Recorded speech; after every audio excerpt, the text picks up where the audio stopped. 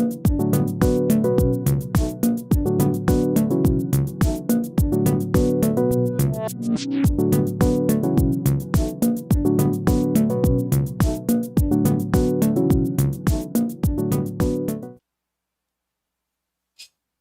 it going, folks? My name is Matthew, aka EZBOT, and welcome to another episode of Electron Talk. And as you may have seen with the title, we're going to talk about starting over, erasing everything, all the projects, all the audio. I'm particularly talking about my Digitact right now because that's where I stored all the samples for my music production, but because I didn't actually have to do that with any of my other gear. You can have pretty much unlimited presets and not unlimited projects, but you can have a lot of projects without worrying about space. So I've cleared out all of the audio in my Digitact and downloaded all new samples. I actually took advantage of the Loopcloud integration with the Digitact and just picked out some amazing sounding one-shot samples to replace everything I was using before. So some of the stuff still sounds pretty similar, but it is different. And I've erased all my recordings, so I've had to re-record new samples. I only have one song so far, and I'm working on building a brand new set from scratch. But I think what's really important about it all is the experience of doing this has been very cathartic. And I was kind of feeling like I had too much on the table. I had, well, let's take a look at the table real quick.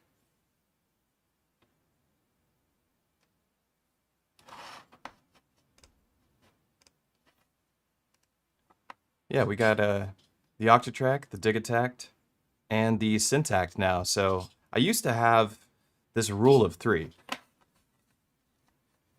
And the rule of three was that you could only use 3 pieces of equipment at a time for a live show. And my rule of three was always the Octatrack as a performance mixer, the Digitact as my drum machine, and then before, originally, it was the Digatone.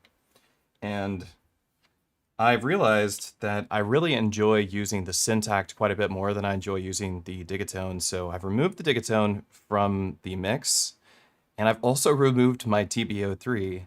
And I don't know if that's a permanent thing or not, but I just am going back to this much simpler exploration here and returning to some of the old music that I was writing. So a little bit of story time. I can't remember exactly when the Digitact came out, but I got one the moment it came out. I saw, as soon as it was available, I had it ordered, right? And so I was one of the people to get one right when they first came out. And I immediately fell in love with this drum machine. I think it's probably my favorite music production tool and has been ever since I bought it. That has not changed in the many years that it's been out. I think 5 years about the Digitact's been around. And I I haven't fallen out of love with it, but I did realize I was going through and I was listening to some of my old projects from when I first got the machine, looking at some of my old YouTube videos that are super cheesy and the audio isn't amazing or the music isn't as good as I wanted it to be, but I still liked what I was doing back then. I was in this exploration mode where I didn't quite know what I was doing or what I was searching for, and the music felt way more inspired then. The last couple of years, I've been going down this path of like learning different genres and playing with a lot of other experienced electronic hardware musicians and listening to their audio and falling in love with their methods and their sound and all of that. And it's been a really cool experience to do that. And it shaped me in that time period. And it shaped a lot of the music that I was making because I wanted to know how to do what these other performers were doing. And so I learned it. And I feel like I got to this place where I was like, okay, you know how to do that now. And now it's time to do what you love to do again. And so I just erased it all and have gone back to the beginning and have gone back to what I remember loving the most, which was making like pretty sounds and sampling them into my Digitact and using them as a bed and then building tracks around that bed. This is something I kind of stopped doing recently and started just using these more generic ideas for music production. Like if I wanted to do some techno production, I'd maybe start with, with a little bit of percussion and then go right into a really simple bass line and like just some weird noise sounds or something, some atonal sort of rhythm. And that's not a bad way to start a techno track, of course, right? That does work. But it led me just to make techno tracks, right? Or if I was to do house music, I would just start with, a chord playing, like one or two chords, and just have those repeat. And that's a great way to start a house track. But I really wanted to experiment with some of the features that the Digitakt has now, but go back to the headspace that I had back then. So no longer using those simpler ideas, but they're not simple in terms of their difficulty. They're simple in terms of that they're reusable. You memorize them easy. And so I've wanted to go back and use these new features that the Digitakt has now with its amazing firmwares, like step recording and jump record and all these great things that we don't use often and don't take advantage of, and use that to craft my music in the original headspace, which is like take a more ambient approach, but then add percussion on top of it. And I was looking back at the music that I loved and the stuff that I love on YouTube when I see other people doing it is often like the solo Digitakt music. I was revisiting the Digitakt experience. If you haven't watched the Digitakt experience by Dataline, by Cenk, it's to this day still my favorite video on the Digitakt. I go back to it to re-inspire myself to write music again. And I now have a new track inspired by my old perspective and my old workflow of just 3 units, which has left me into this much more minimalistic approach. I have to actually remove a sound now from my Digitakt when I want to bring in a sound in the next pattern. So like things have to go and something comes in, and I think it takes care of the mix for you quite a bit. And I was also this is so funny to even think about, was going back and looking at the features that we had in the original OS for the Digitakt, and even a couple of years afterwards, not having like the bass width filter and how important that is. And like I was watching the Cenk video, and there's no bass width filter. He wasn't using that in his video because of course it didn't exist and it was a release day video. And if he had, I just imagine how good that mix would have sounded then. And the idea that we have the bass width filter and we need to utilize it all the time, and I do. I think that's really important to pay close attention to your EQ, because that's really what it does best, unless you're going to do some like single cycle waveform sound design with audio rate LFO. That sounds pretty cool on the bass width filter, but otherwise it's great for mixing. And so now that I have the experience, strength, and hope, now that I have the experience of years with the Digitakt, a year with the Syntax, since it's only been out for a short time, and my experience with the Octatrack and all the templates that I have, I feel like I'm ready to take a new approach and reevaluate the music production and start again. And it has been feeling, it's a bit spooky to like let your set go. I definitely can't play a show right now for a while because, I've taken all the audio from here. I could copy the projects back over if I wanted, but that completely undermines the point. So yeah, that's where my head's at. For whatever reason on my stream thing, I can't see the chat, so I have no idea if anybody is reacting to me or has anything to say.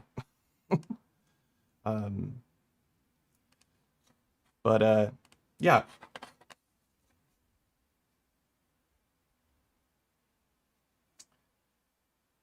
The stream went down for like 2 seconds, but yeah, we're back. And yeah, maybe there's the stream chat over here. So howdy, what's up? What's up, Seth? What's up, Trent? What's up, Levi Cole? Tamberwolf, Kinga, Tonesmith, Blake, what we talk about, or Jonathan, Saggy Dog, Simon, how y'all doing? Good to see you. It's nice we can see the chat in my little chat box window deal here. Also, by the way, today's stream is sponsored by DistroKid, right? This is something I always forget to do right away. DistroKid is a music distribution service. It's very affordable. I use it. Everyone I know uses it. It's my favorite service. I honestly don't know of many other services out there. So I have a hard time comparing it to anything else because it's the only one I've ever used. And it has so many features. Check it out. There's a link in the video description if you want. You can get a a really mild discount that will have basically no effect. But it'll give me $1 or $2, so that's cool.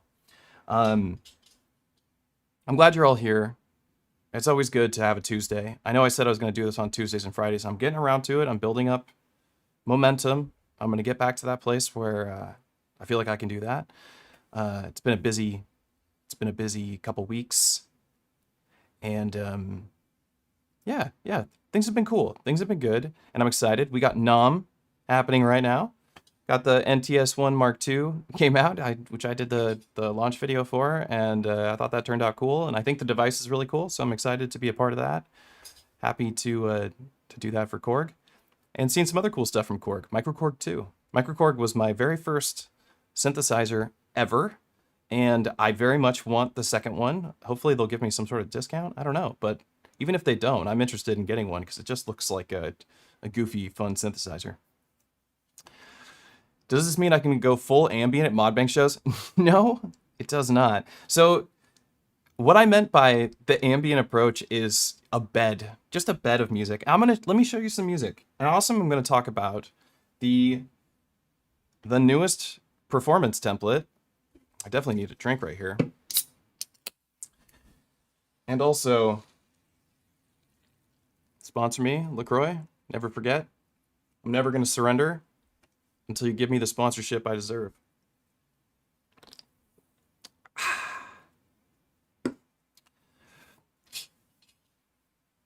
Okay. So what I mean by the ambient sound is this. When I hit play, it should just be that, because I planned it out. I'm going to talk about this song a bit. I'm really enjoying the music production I'm doing right now, and this more minimal approach, which means a maximum of 20 tracks at the same time. That's a lot. I'm not going to ever have 20 tracks playing at the same time, but I am using a lot of the tracks on both machines now, which is not happening before. Before, when I was working with the Digitact and Digatone and Syntact and the TB03, most production was happening on the Digitact, like 1 or 2 tracks on the Digatone, and like 3 or 4 tracks on the Syntact.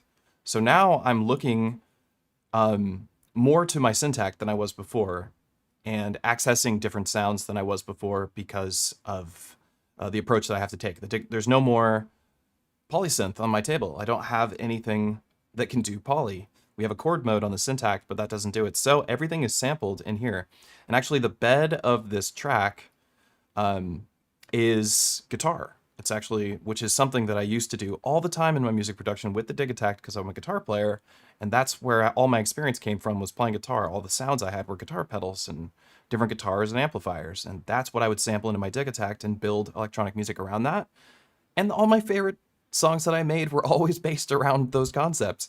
So I decided that I would return to that place that I was in before, and use my guitar again. And what I have, and I'm actually building a sample pack. Hopefully I'm not clipping. It looks like I hit the red a little bit. I'm building a sample pack of guitar sustains. So I have a plus pedal by Game Changer Audio, and it just captures the sustain of your chord. So you play a chord, and you press down on what looks exactly like a piano sustain pedal, and it samples your sound and just does these perfect micro loops, and they just go on forever. And it is this beautiful sustain sound. And I have that before it runs into the sustain pedal. It's going into an intelligent harmonizer, which is creating these insane chords from basic guitar chords. And so I'm getting these beautiful pads from my guitar, and I brought them into my Digitact, or I'm bringing them into my Digitact, and I did for this track. And also, there's more. And also, we're using the newest template, which is completely released. I don't have it on Coffee. I'll put it on Coffee today, maybe. If you folks are interested in grabbing this one, this is called Remixer 1.2.1.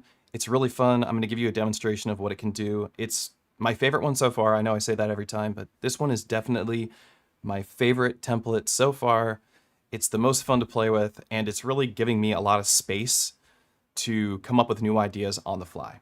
So let me play a little bit of this music for you, and I'll show off the template, and then we'll write some new music and hopefully just continue the conversation. Stay up. Got to stay up to sleep. Stay up.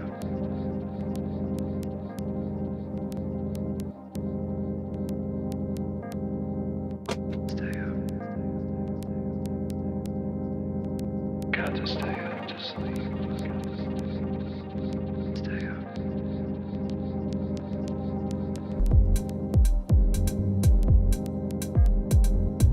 Stay up. Got to stay up to sleep. Stay up.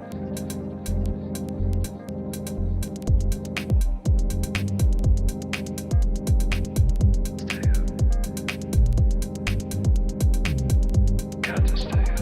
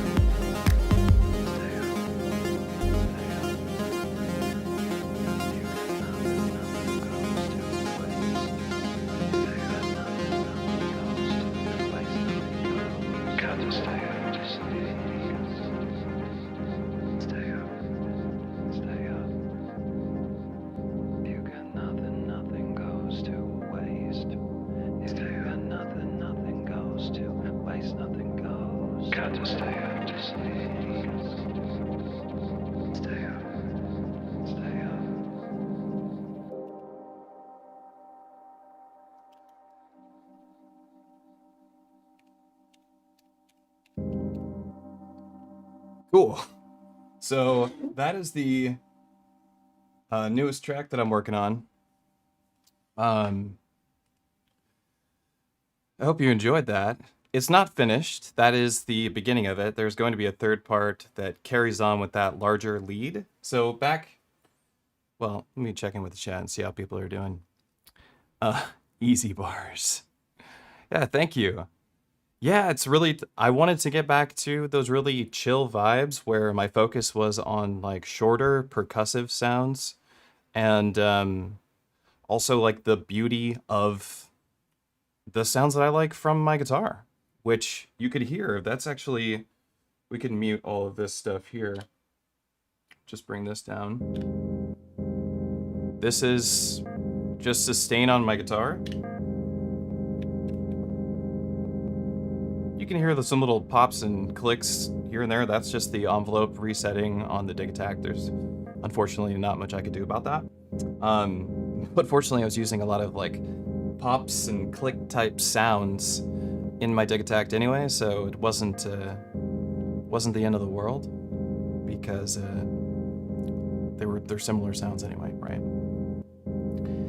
But yeah, I love this idea of using using acoustic instruments. Not acoustic. I mean, it's not an acoustic guitar. This is an electric guitar. I'm actually using the Boss IR2 to bring the audio into my interface, and then I'm taking a send channel from there and routing it into the dig attack. And also, what I've been doing is using transfer a lot. And and something else that's been really great is the Loopcloud integration on the dig attack is actually a fantastic experience. It really is. Like, I had been paying for it for months. I thought I canceled my subscription and I was like, I need new sounds. I was like, oh yeah, I have the Loopcloud thing. So I like targeted one shots. I targeted like, you know, clicks and like zaps and just like little percussive sounds, lots of percussion. There's plenty of kicks, snares, and hats and cymbals and stuff, but just lots of percussion. I didn't really get any synthesizer sounds or anything like that, just drums. Because I prefer to sample my synths, that's why I buy them. And put that into my dig attack, and it's just so quickly I populated this huge amount of samples, and they're all organized nicely. I don't have this like messy, insane folder anymore. Got my breakbeats, clicks, cymbals, effects, like noise risers, stuff like that. Tons of hats. This is actually an empty folder, I think, yeah. I don't have any loops in here. The dig attack isn't amazing with loops, but it is much better now that we have time stretch. But, and then I got some, you know, I've already got some 5 recordings, or 6 recordings in here so far, which I'm excited about. I know I'm talking about my dig attack, I'm like showing you, and of course you can't see it, so. This is what I meant with my organization, only 6 recordings here. But the organization is key. It's really nice. So now when I'm like really looking for a sound, I'm able to find it like immediately as opposed to me going through sample packs. I was just going through this massive collection of sample packs that I have bought over the years that are just like tons of drum one-shots. And instead, by using the Loopcloud integration, I just have these folders and I just select a tag and I just highlight what I want and drag them into the folder. And it's been so much faster than going through and doing that on my computer in the computer folders because of the tags in Loopcloud. So it's just been a really nice experience. And having the all new sounds is spectacular. Now I do want to take a look at something. I was playing with my remix template here, and this track samples the incoming audio specifically, and there were sometimes I was noticing I wasn't seeing my incoming audio. Like that sound should be able to be sampled. And it looks like it was.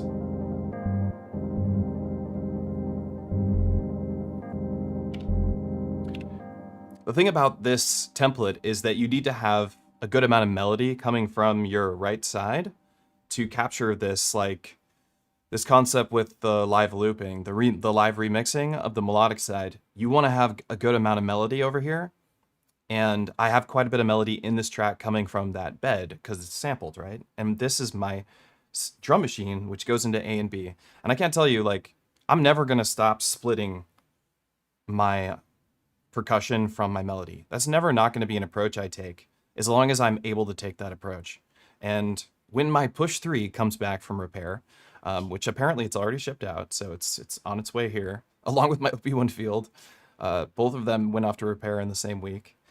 It's like $5,000 or something close to in audio hardware that's I've barely touched and both have broken. And I don't mean to be negative to either of those devices, but that's also my luck. I feel like I have like just the dumbest luck when it comes to hardware. Like, except for my Electron stuff, this stuff doesn't break, fortunately. But anyway, hopefully the push that comes here, because it is a different push, will be immaculate and I won't have any of the issues that I had before. But anyhow, back to this. You want to have a good amount of melody, so maybe a better example would be on this one, because it has a lot of synthesizer sounds. Let me get this vocal sample.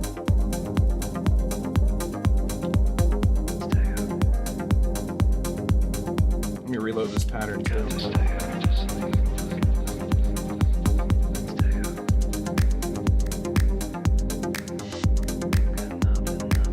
There we go. Those sound pretty weird there from my performance. Okay. So I want to sample this side. It's making a bunch of sounds. There it is. All I gotta do is hold down the Rec 3 button, and it's quantized to 16th notes. So no matter what, I'm gonna get a perfect capture. And then I just do this. I already have some triggers put down, but I can mess with these triggers. Check it out, I just remixed my track live, but my drums are still good. Got to stay up to sleep. Stay up. Nothing goes two ways.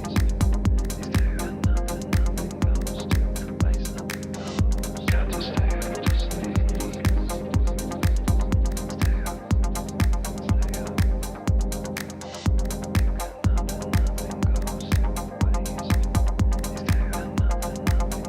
Now I have a second scene here that will play this like remixed recording on top of the original sounds. So I'll take this out, bring the bass line in.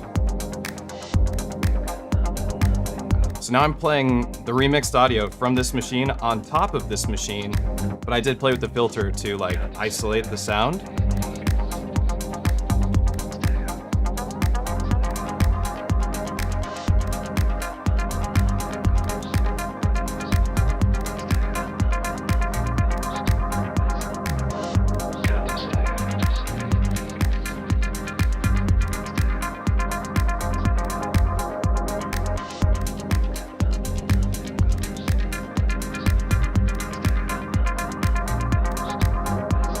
Just really cool for improv, right? And back into actually sampling with my Octatrack and playing with samples. So if I remove this audio right here, let's go back to this scene. This scene mutes this and it's just playing the sample. And kind of the idea is we can like just live play it in. Let me turn this off here.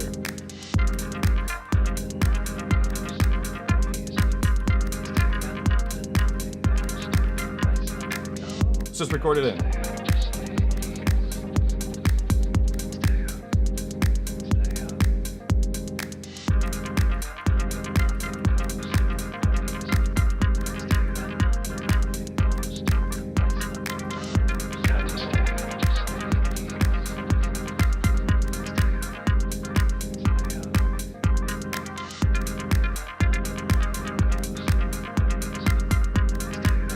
Just in a live remix. And then we can throw this on top of the original mix.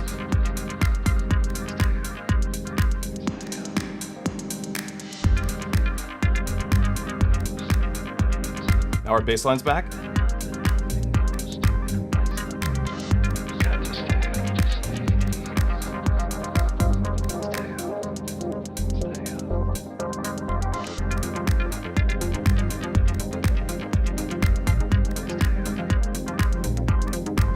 Isn't that sick? So we're remixing right on top. Let's play with the rate.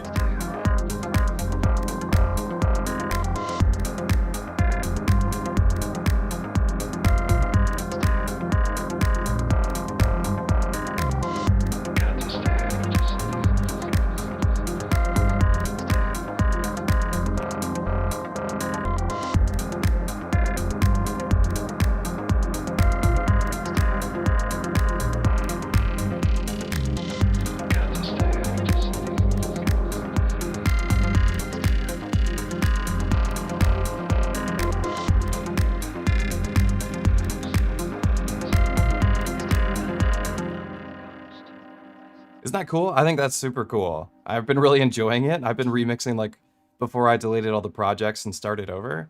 I remixed a bunch of my old songs on here, just the melodic side, and then played with the drums free. And now I have this like new workflow that brings me back into Octatrack production and not just using it as a performance mixer, which still is, but I'm getting that experience of playing with my Octatrack like I did when I first got it, which was sampling and chopping stuff up. And that's what this lets me do. And so I've been really, really enjoying that. And it's available on my Patreon, patreon.com/EZBOT if you want to grab it. I'll throw it up on coffee.com because I don't think there's any bugs with it. So it should be something I could sell without having to like do refunds to people or something. But yeah, you should check it out. And let me show you how it works really quick, because I know people will want to know, especially on the Patreon. So what I was doing before with my tracks on here is I was just doing the offbeats, and then copy and paste, paste, paste. And you have one track that you can work with. It's track 8. And by default, it's set to, the slicing is set to on. Let's just return everything back to normal. And what you do is to really do it effectively and efficiently, is like, say you have a bass line, because you don't want to sample the bass line and then remix the, I mean, you can remix the bass line. That sounds fine if you want to do it that way. But if you want to do like these like granular, weird, time stretchy sounds on top of your mix, then you want to do this method. And the method is you record an 8-bar loop over here. And to record an 8-bar loop, you start the music. And when the music starts, you hit Rec 3. And then after your recording starts, you hit Rec 3 again. And as soon as it's finished recording, you'll know because you'll see that it's no longer recording in your audio editor. You go to scene 16, you quickly crossfade with the crossfader because there's a dip in the middle, because that's the way the Octatrack crossfader is. It's nothing to do with me. There's a dip in the middle. And so quickly jump over to your audio so that people don't notice the transition. Then you're in your 8-bar loop. During your 8-bar loop, you know what's playing live. You're aware of it because it's in your 8-bar loop. You can hear what the audience is listening to. So what you do is you remove whatever track is doing your bass line, because the bass line will still be there because the audience is listening to a loop recording. Remove the bass line, go over to track 8, and just hold down Rec 3 on sounds that you like. Or on it, for a maximum of 4 bars, the way I've set it up. You just hold it down, and it will record up to 4 bars of audio. As soon as it's done recording, it'll be quantized to a 16th note, so you can't really screw it up. As soon as it's done recording, hit Function, AED, jump right into your slice menu here. It's a shortcut to the slice menu. Slice it however you want, 64, 32, it depends on how many triggers you want to put down. But for instance, if I put down, well, we could hear it right here. Here's 16 slices. See how that sounds. Scene 15. So you can do stuff like this where it's just a repeat of your audio, and I think this sounds really good too. You could just change the slice,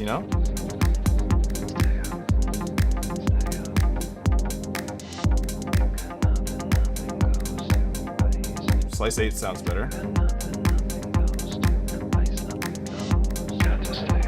And then let's go back in here and say create random blocks.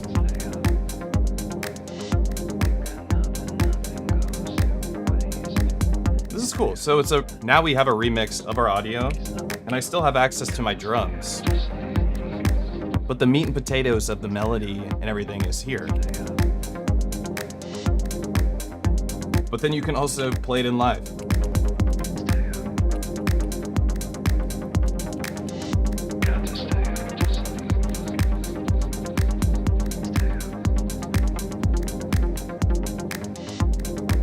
And sometimes it sounds a little funky because I chose the wrong slice amount. 16 wasn't the choice here. Maybe 32. So what I think also is a really great method, or what I think is the best method, is what I had mentioned before, where we don't record the bass line into this. And so to not record the bass line, it would be like this. So here's our loop recording. Okay, this is a loop, an 8-bar loop at unity gain. It's a perfect loop. It's so easy to do. Select track 4, hit Rec 3, recording starts, hit it again. Piece of cake, right? Crossfade to 16. So I know my bass line is on track 5. I'm gonna remove track 5 from the mix, And I'm gonna leave all this melodic stuff. Let's even bring this in. This is a really ravey type sound. So I'm gonna use this ravey sound. We're gonna record that. I'm gonna go over here and record it.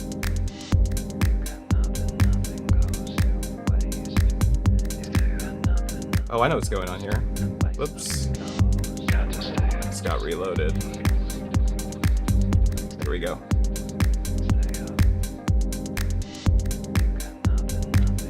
There it is.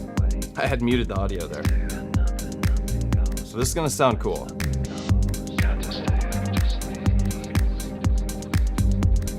Here we go. No bass line.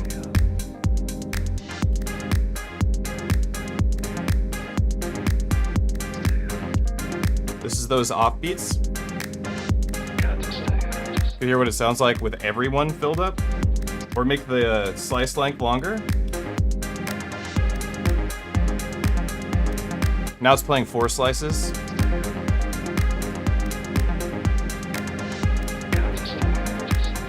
Remix it again.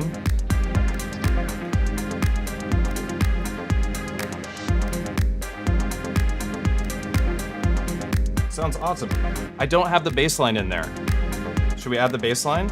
If I bring the bass back, take these melodies out, I can go to scene 14, which plays this on top of this. Now our bass line's back. And this is the whole method here. So you can do this an infinite amount of times.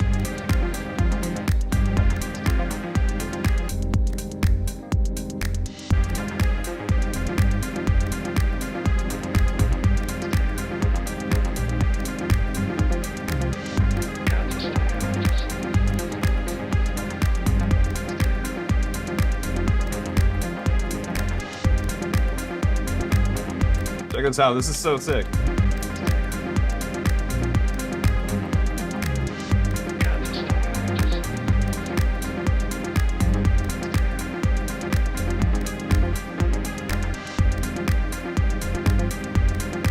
Live remix, yo.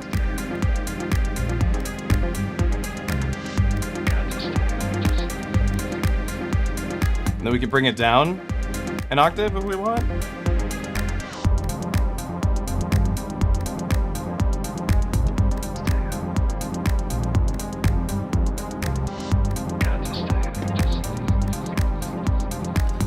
So I've got all new sounds, less machines, more focus on the sounds that I have, and a new workflow for exploring the syntax mostly in my Octatrack. And I'm just using all the features in the machines more than ever with this new setup and this new mindset, which is focusing on less. So that whole less is more concept wins again. And I have always been kind of obsessed with minimalism.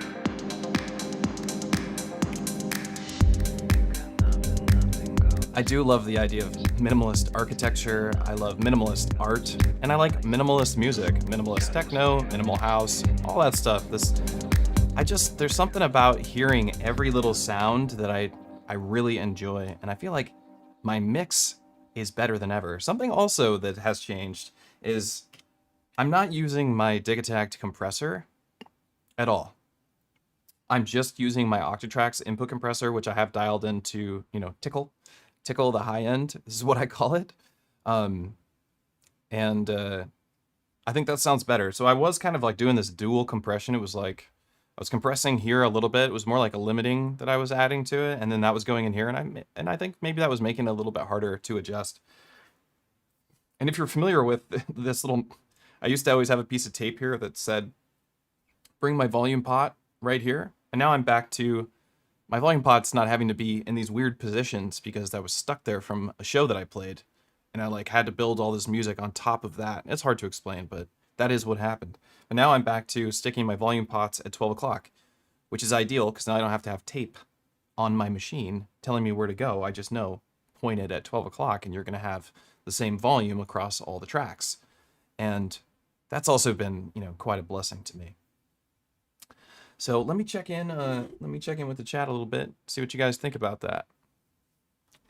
I know. So I immediately saw this message from Philly G, who said, add that ride symbol. So you and I, we're in the same headspace right now. So what I'm doing, my plan is to, when that ravey sound, that da da da da da da da da da, when that comes in, that's gonna be at the end of this pattern. That's gonna, like, all the sounds are gonna fade out, and that rave sound's gonna come in. This is what we're gonna work on today. After I finish talking, I'm gonna start doing some music production. All of the ravey sounds are gonna come in, and then a new bass line is gonna come in, which is a much more, I don't know, more of a rave style bass line. You know, it's going to be way busier. It's going to be very solid sounding as opposed to this like minimalist sounding bass line that I have that sounds more like an actual bass player. Um, and that's when the ride cymbal is going to come in, and we're going to get the, you know, it's going to be that the big beat basically. And that's where I want this song to go. I want it to start in this like pretty,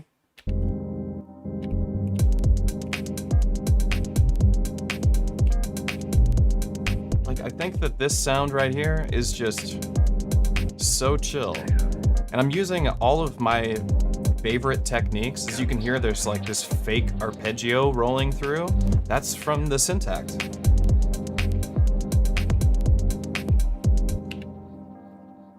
So I'm doing things like creating, I have a minor chord as a bed, just playing in the background. I have a filter that is filtered out. I'm one of the bass width filters on the Syntax, using the Syntax chord mode, and I'm filtering out, where is that sound? Bits, alloy. Oh, it's right here. It's on track 1 on the Syntax. So I have the bass width filter quite high. I removed all the low end from this chord. It's just a straight minor chord, and it's a bed. These two play together. So 1 and 8, this is the guitar sample from my sustain pedal with the intelligent harmonizer. And they play together and they create the bed. This, I have an LFO going quite strongly on the amp pan to make it really wide. It's moving at 32x the BPM, and a little bit faster than that, so that it's, you know, very stereo, because the Syntax, sadly, doesn't have chorus. If the Syntax had some sort of stereo widening feature, besides using an LFO to the amp pan, I would be so happy. I'm dying for something wide. That's something I really liked about the M8.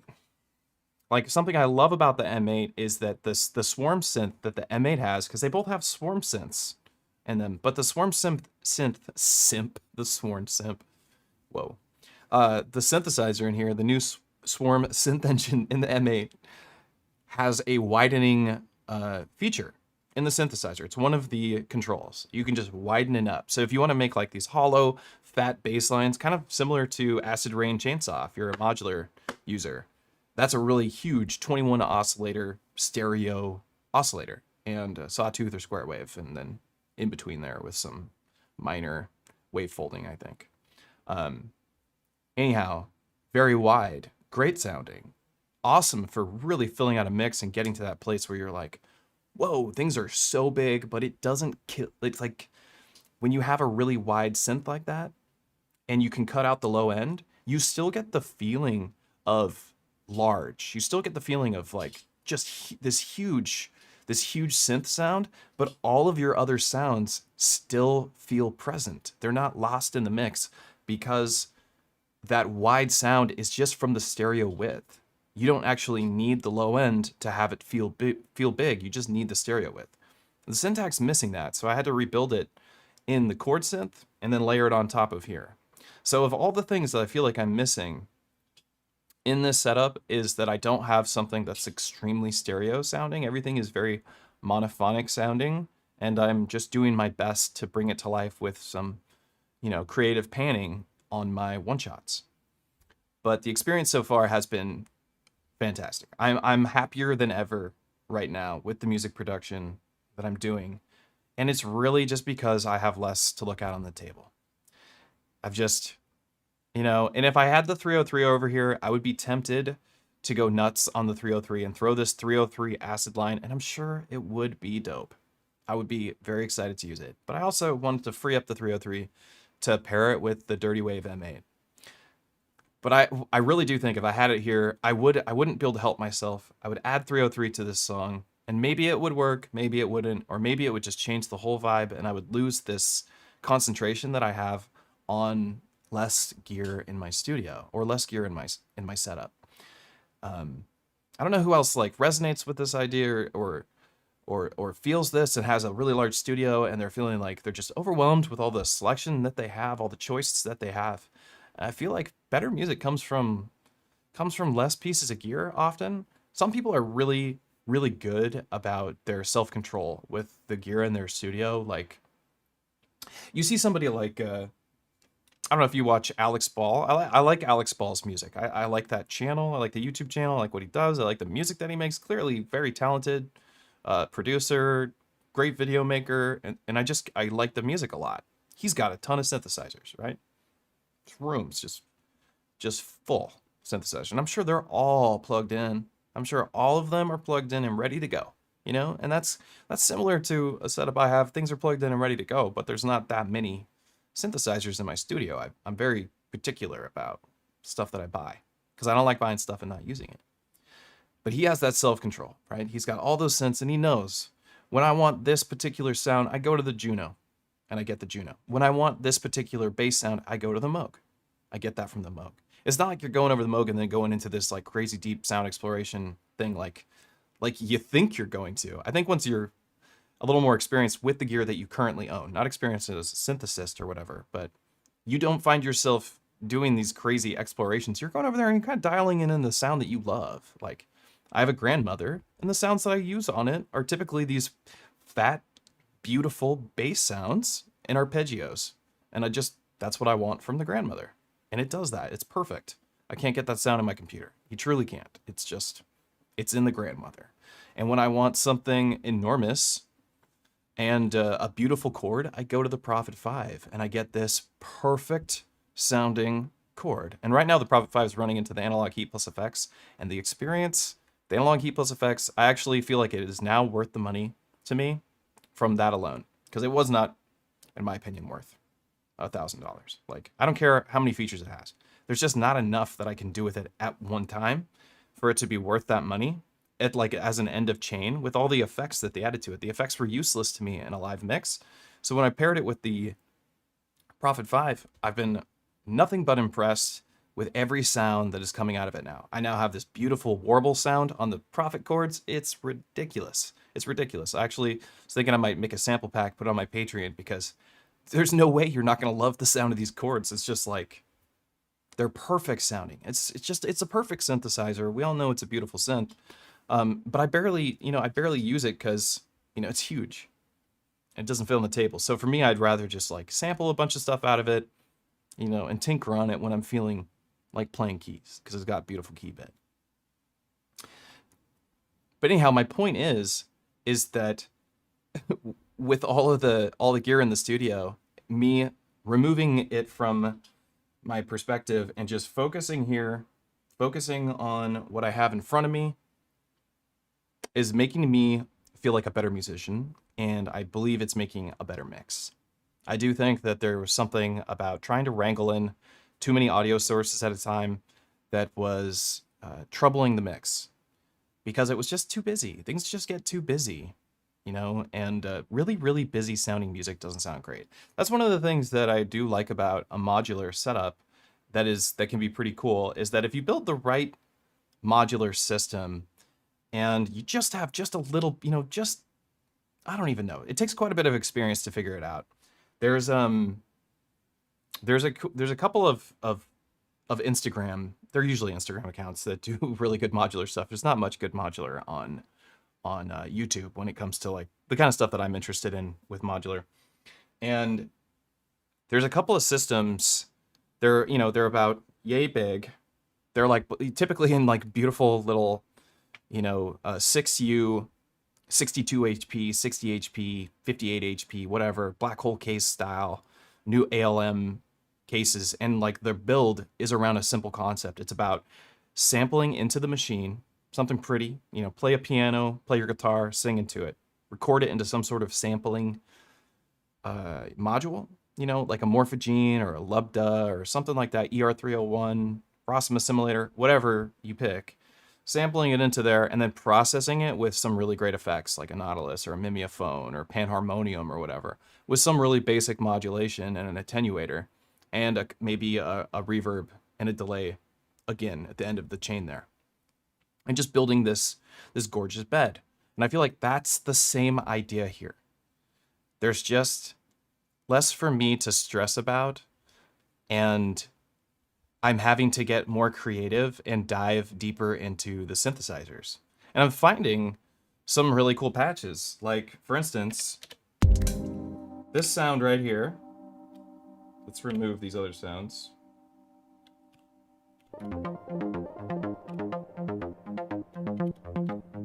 This is the Swarm synth, and I am sidechaining it through the effects track, and I'm also using the effects track's filter to kind of like get some, I wanted it to be more formant sounding. That was the idea originally. I didn't really achieve that goal, but I ended up liking the sound that I came up with anyway. And I've just reduced the detune down, and I still get this really fat sounding sawtooth wave that sounds like a chorus of sawtooth. So again, kind of like the chainsaw, kind of like the Swarm synth in the Dirty Wave M8. And you know, a pretty simple filter setting, a low pass filter with a good amount of depth and a really short decay. And I get these nice, mildly detuned sounding plucks just from the swarm of sawtooth waves. And I think this is a great sounding, arpeggiated sound. I'm using, it's like 5 notes. Originally it was 5 notes, but it is in, there's 40 of 48, so there's a reset. So it sounds like it's just going in sets of 5. And in the last 5, I just have a couple of different notes that I've added to it. And I think it sounds good on top of the whole mix here.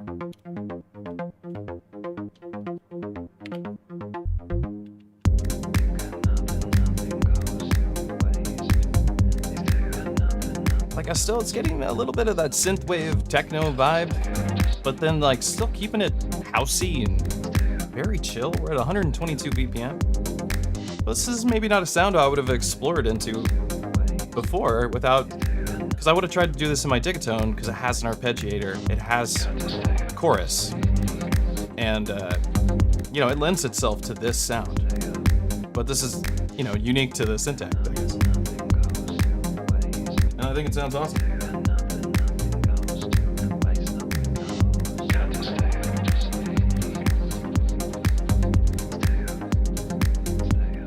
So one thing something I wanted to talk about and bring up with people that are, you know, doing their music production and they're looking to like make their production sound more full than it is naturally, right? That's stupid. Of course it's not going to, until you add something, it's not full.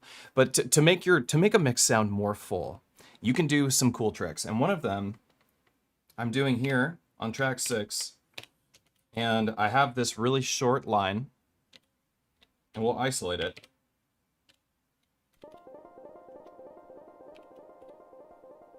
And you can hear it.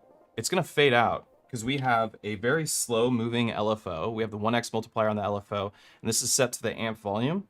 And so it's a free running LFO. It's going to come in whenever it wants. Free running LFO is of course locked to the BPM of, you know, of the syntax. So it's still, you know, it's still working with the music, but it's not being re-triggered. The phase isn't being reset on my LFO. It's just bringing this sound in and out slowly, and it sounds really nice. It sounds like somebody's just going on a keyboard and then just turn the volume down and then turning it back up. And with that and some reverb and delay, the mix becomes, it's a really nice bed for the tune. Like I wouldn't even need some of the other sounds with this there because it fills up so much of the background. I also have panned every single one of the steps, hard left, hard right, hard left, hard right, for more stereo. Because right, like I said, we're missing a lot of the stereo stuff in the Syntec.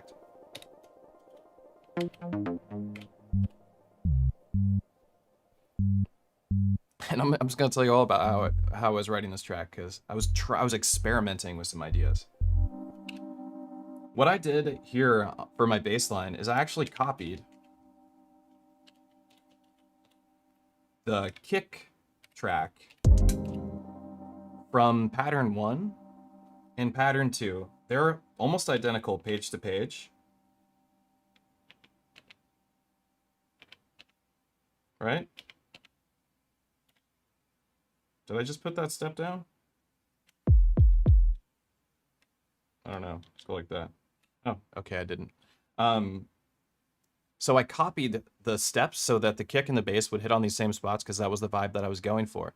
And then I used step record, and I just clicked on notes that I had the same spots as the kicks, and then pressed function, and I put in my bass notes like that. So I had already predetermined where the bass notes were going based on my kick drum, but then I filled them out using the step record.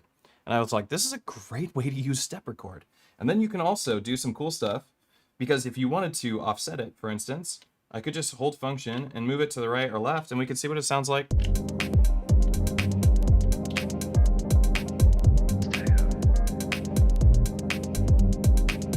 This is just after the kick now. Sounds good. Like, I like that.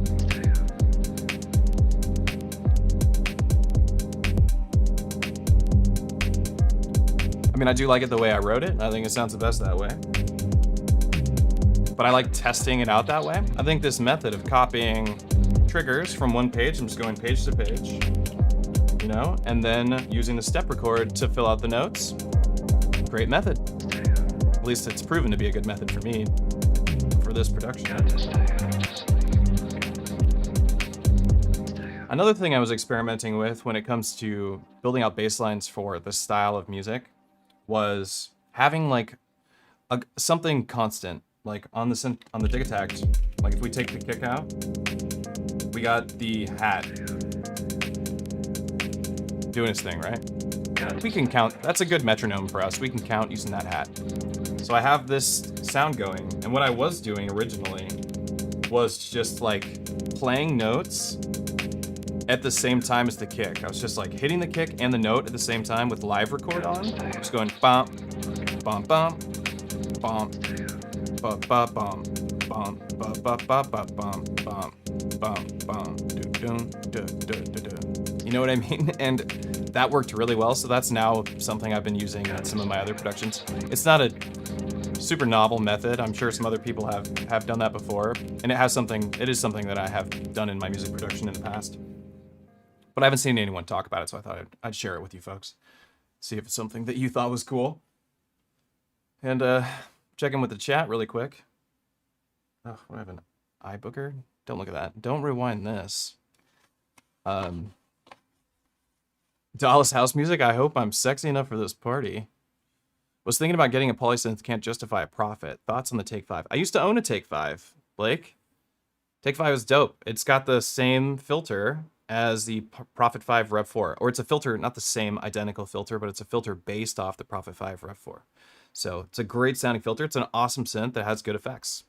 I think it's awesome. I kind of regret selling it, to be honest, because if I had it right here, it would do the job. It really would. It's a little bit chunkier than I want. I wish I had a poly synth that was very formidable. This big. That's what I want. I want it to be multi-timbral, analog, and digital. I don't care, or it could be FPGA into digital filters. Into analog filters. That's the ultimate synthesizer. FPGA into analog filters like Peak, Super 6. There's a whole bunch. They sound so good. If I had something like that big, sit on the table, that I could use multiple voices for, I would add that to the setup, or at least I would sample it all the time into my dig attack, but it doesn't exist. I was, I still really want a Nina, Melbourne synths Nina, but, $3,500. I emailed them and I was like, hey, can I have a discount on the Nina? I'm not trying to be like entitled. I was like, if you could give me a discount on the Nina, I'll trade you. I will, I'll share it, my experience on it. I think it would be a positive experience because I already have played on it. I know it's really nice. I'll share my experience if you give me a discount anyway. They did not even respond to me. So sadness for me.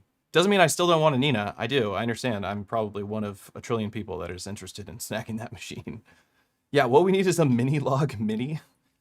I do like the mini log, but I don't think that is exactly what I'm after.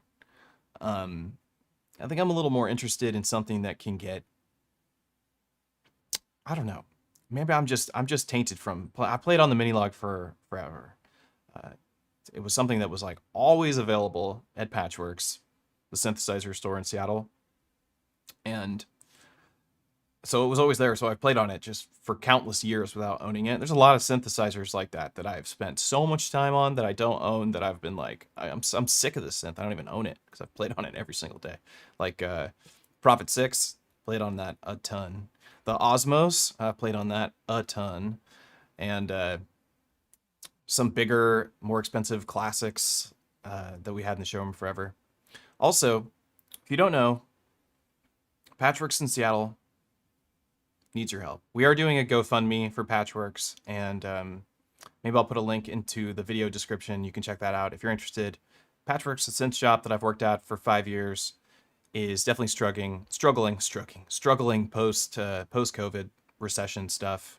A lot of the music stores in Seattle have, reduced hours or have completely shut down, and Patchworks is needs some help. So if you have some spare bucks, and you love that synthesizer store, or you're from Seattle, give it a couple bucks.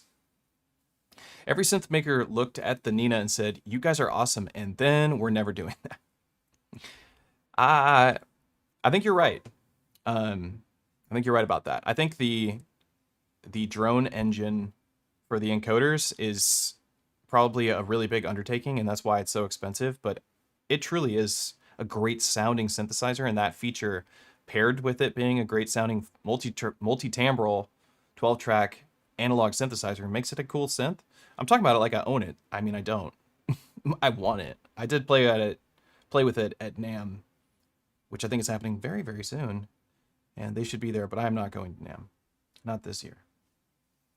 Would buying a Take 5 from Patchworks help?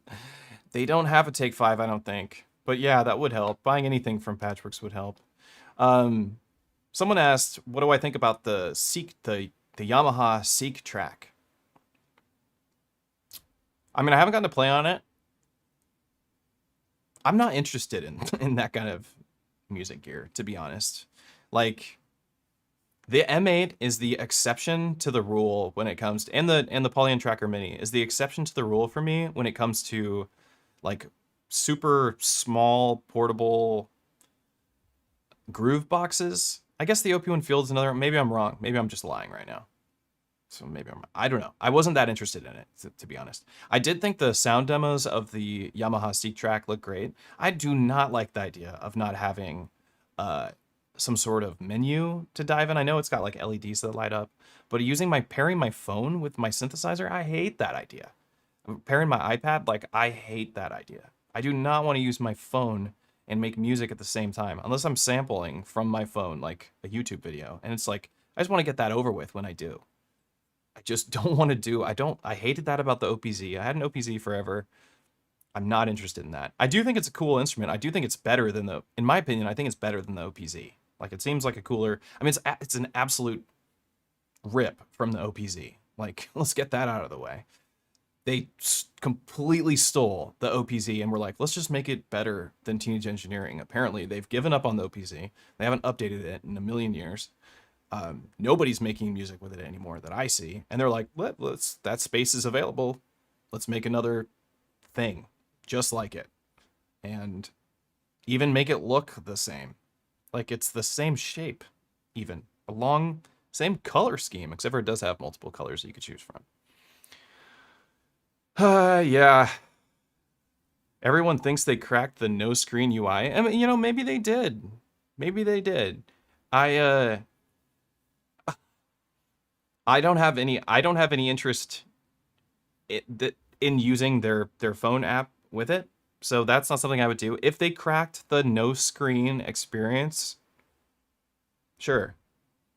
That'd be cool. I don't know if I'll ever even get a chance to play on one. If Patchworks doesn't make it through the GoFundMe, then I don't know how I would see one. I don't see Yamaha sending me one of those. I don't really play with any Yamaha stuff. And I do like Yamaha sounds. Like, they do have amazing sounds. I got the budget, that's for sure, to make whatever instrument that they want. But Yeah, I don't see myself playing with it. There's a reason why I use what I use. I use this equipment because this equipment feels like professional audio equipment. That's why I like it. It has the visualization that I need. I want to see the shape of my envelope. I do. I want to see that. I want to know if this has some attack to it. I can hold this down and see there's no attack, but I could also visually see that there's no attack. Like, I want to see that. I want it to be present because I want to go play a show. And I want to sound like a professional when I play, and I want to feel like a professional when I play. In terms of like the control that you would expect to have. Now, something like that little box, I'm sure somebody could get super good with it. Like people have with the OP1, like they have with the OPZ, like they have with every other box. Everybody can get good with it if you practice. You know, that's the trick, right? Practice, practice, practice. But I don't want to like, I don't know. I want a metal enclosure. I want rotary knobs. I want large knobs, and I want tiny little knobs. I want large knobs I can play with. And I want good visual feedback. And I want to feel like the machine's not going to break. I feel like I could drop this, it's going to be okay. Probably won't be okay, but it feels like it would be okay if I dropped it. That's not something I think I'm going to experience with something made of plastic. I don't know. These are my unabridged, unfiltered thoughts on stuff that I've never tried. So do not even listen to me at all. I have no idea what I'm talking about. It's also just my random opinion on music production gear. It's probably dope. The sound demos were awesome, but I don't know.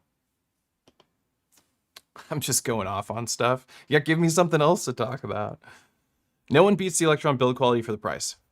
I think the Electron price is getting insane, but it's matching the price of a candy bar at the checkout at the grocery store, because that's also crazy. A Snickers bar is like $4. It's like, what are you talking about? Who's spending $4 on a Snickers bar?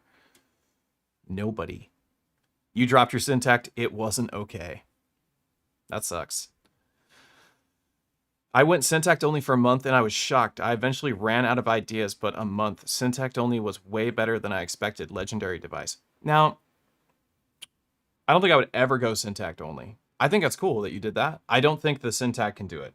I think that if you're going to go at any machine, any Electron machine, and just that machine, in my opinion, you're looking at analog rhythm Mark II, not the Mark I. You could do the Mark I if you load a good number of good sounding samples like from your computer. I would say the Mark II. I only own a Mark I, and I don't plan on buying a Mark II, but I think the Mark II is a better device because it can sample. I'd say like an analog rhythm Mark II, the Octatrack, or the Digitact. So of course I'm only naming the samplers in the Electron format, and the reason is because a sampler can be any music that you want. It can be any sound you want. The Syntakt has a particular sound. It crafts the same sounds over and over. Like you said, Dallas house music, you ran out of ideas after a month. I doubt you really ran out of ideas. You probably just got bored of the Syntakt because they kept making the same sounds. But I really do think that you need a sampler. Samplers are the endless music device. They can be synthesizers with oscillating single cycle waveforms. They can be any sound in your studio. And they can do ambient, and they can do, you know, drum and bass. I mean, you could do drum and bass on the Syntakt, but you can't do a breakbeat on the Syntakt if that's something you're interested in doing. So I do feel really strongly about samplers. I think samplers are the best music production devices for live hardware musicians and for people that are like into the DAW-less experience. Get a sampler first, or only if that's your thing, and then get stuff to pair with it, add to it, sample into it, stuff like that. That's just my opinion. That's my opinion. Richard Braun, here I am, a guitarist hanging out in a stream where I've never used any of these devices. What's up, dude? Welcome to the stream, my friend. Yeah. Well, you're hanging out with us in the chat, so that's pretty groovy. No equipment worth keeping if you do not enjoy using it. Well said, Digicat. Is it Digicat or Digacat? Because that's the argument that we've been having about the Digitact and the Digatone and the Digitone forever. To me, it's always been digit, like we're talking either digits or digital tact. Doesn't that make sense? Digital tact? Digital tone? Digatone? Digitone? Doesn't that Doesn't that make more sense than Digga? I've started saying Digga because Digatact and Digatone because I've been corrected by people so many times on YouTube telling me I'm saying it wrong. And I'm just tired of getting attacked about how I pronounce a word. Thank you, Digitact, Digicat, Adagraph, Team Sampler. I'm still doing lots with the Digitact, an iPad with Drambo and AUV3s. But I know you don't want an attached computer. That's true, but I don't dislike that idea at all. I don't. I think that getting sounds from your computer, I have a fan running because it's actually hot in here despite it being winter. Getting sounds from your computer and bringing them into your sampler is a great approach to music production. And a lot of my favorite sounds have come from my computer, have come from Bitwig. Like I go in to my DAW and I craft a sound that I couldn't craft using my Electron gear, and I put it into my sampler. I think it's a great workflow. And I also don't think that my workflow is the right workflow. I think it's the right workflow for me. People that are doing iPad music and stuff, that stuff sounds awesome. I'm always impressed. For real. You say Diggy? Tired of getting attacked about how you say Digi? Yeah, I am. I'm totally over it. What has happened if I compose my push 3 in the studio? Let's see. 4 samplers and you're eyeing several more. About to go retro. Yeah, the one that I was kind of interested in now has been the S1, the,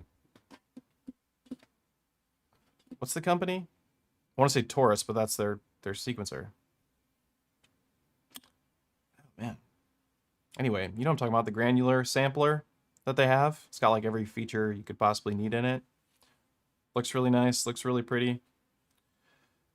I've been interested in that, but I also am like, is it just a granular thing? And it's got the filter bank, but I also don't really like, I don't know, I liked the idea of a filter bank, but does the filter bank let me do like vocoding or something? I don't know. It seems like a lot of money for granular in a filter bank. What I'm considering it. I'm not telling, this is just my brain spitting out stuff. Well, let me quickly stay with me here. Let me quickly do my sponsorship for DistroKid because they pay for these streams and we love them. So I'm going to jump over to it. Today's stream is, of course, sponsored by DistroKid. We love you, DistroKid. Let's check it out. The thing I want to look at today is that DistroKid does, in fact, have integration with Hyperfollow.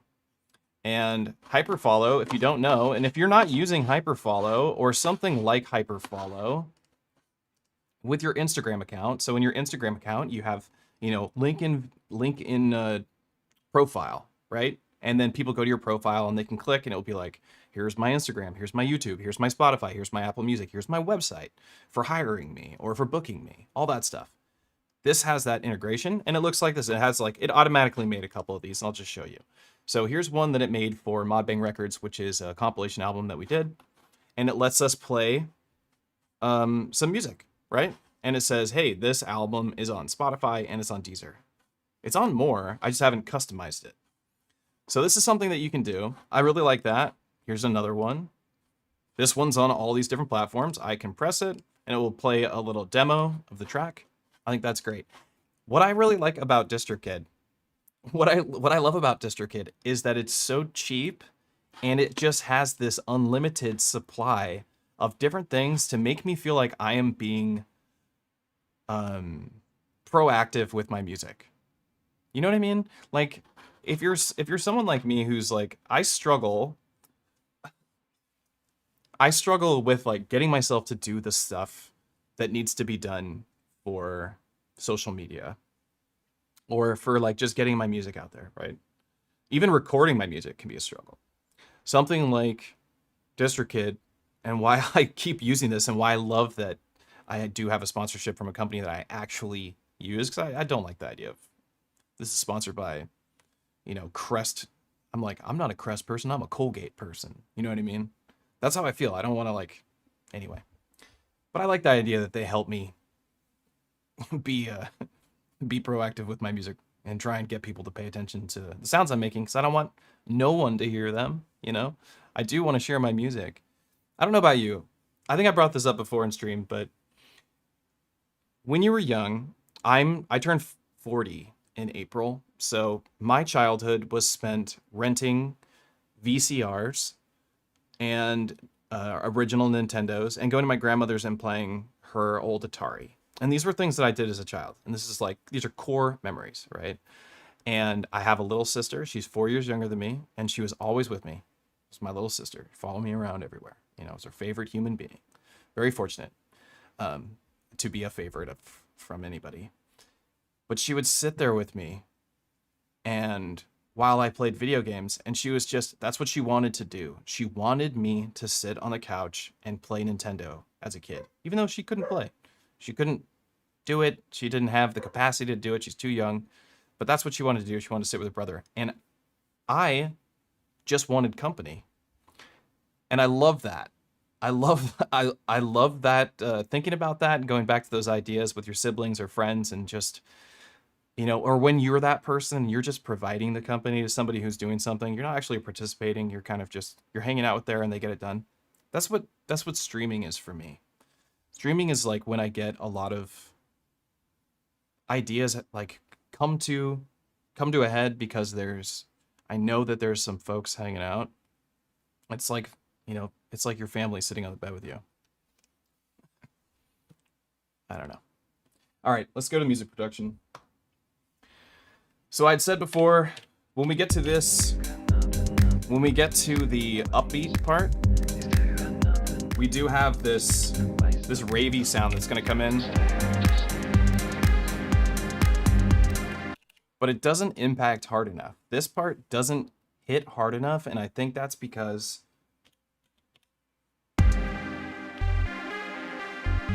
the bass line is not solid. It's still doing just playing little plucks. And also something I wanted to talk about when it comes to bass, before I forget, because I think it's important. I'd almost have a whole video dedicated to this idea, is don't just play with 16th notes. Looking at the bass line here,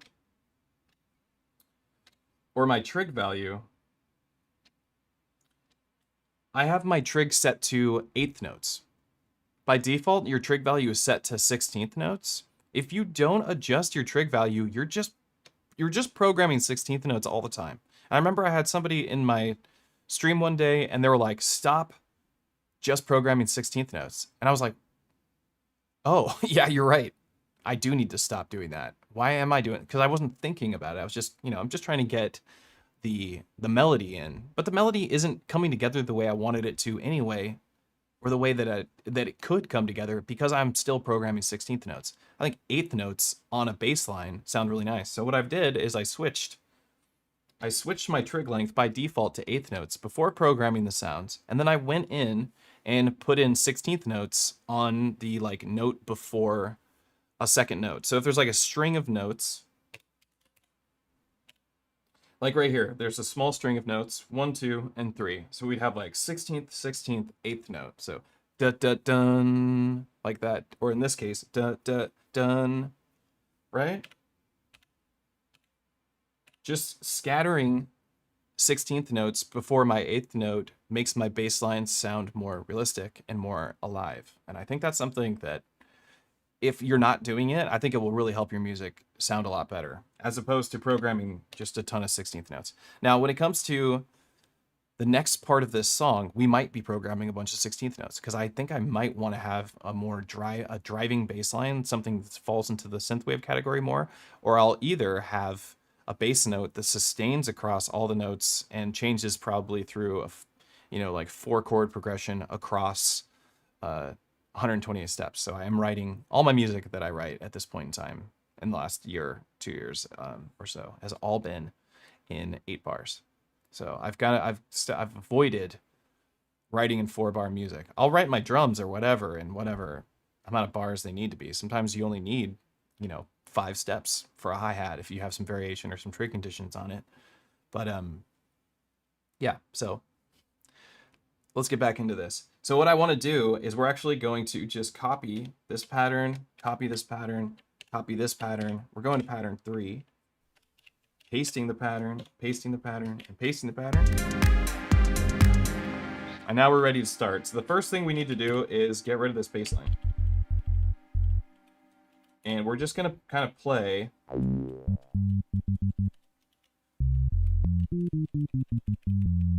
And I am playing in the right key. We are playing in a Dorian F3, so it's F minor, which we know is fantastic because we've already heard how it sounds. And now what I want to do is hear this sound. I think I'm going to remove the vocal sample stuff and maybe get rid of the bed. We'll leave the audio bed, which is the guitar sample sustain plus the minor chord that's being modulated in the stereo field so that it's really wide. We'll leave those going right now, and then we will start to program this bass line.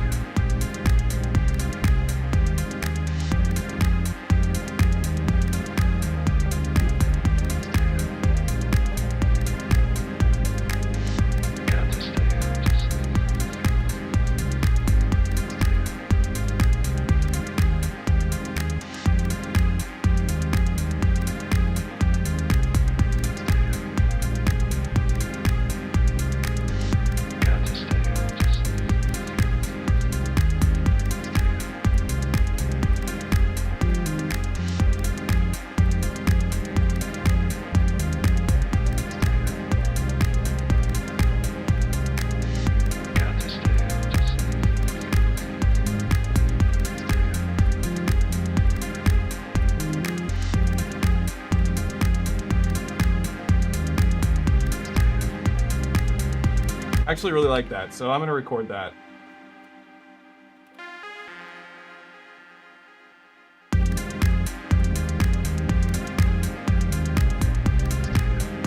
Ah, gotta do it again.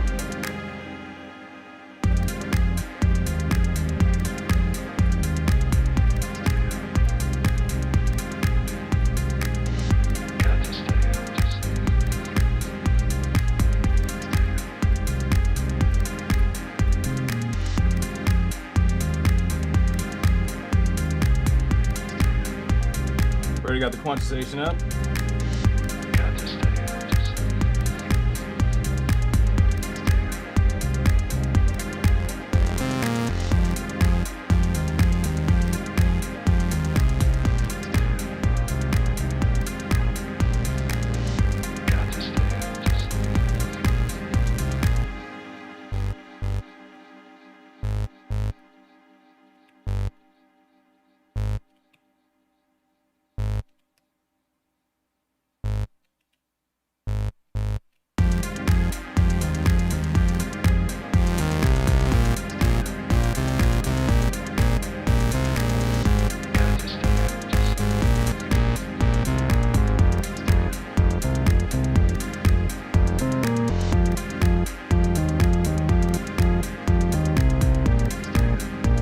We could try a different synth engine too. Let's see what the Swarm synth sounds like.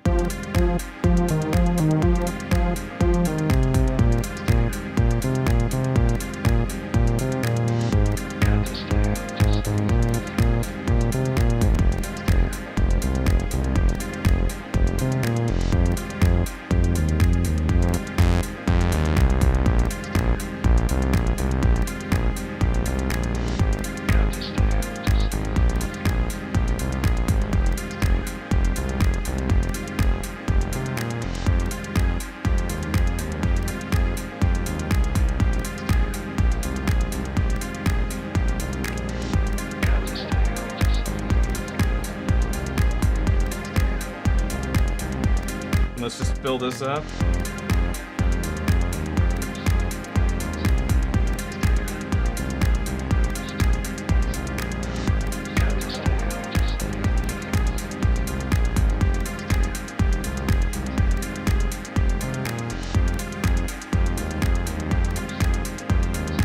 Let's get that ride in there.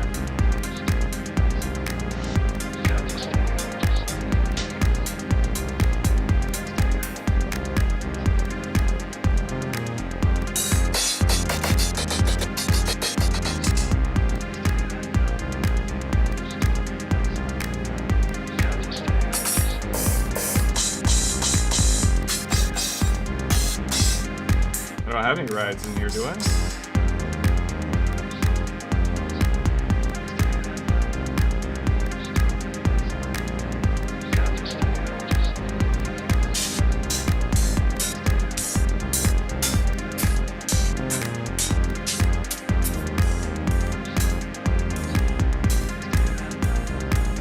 Could use that.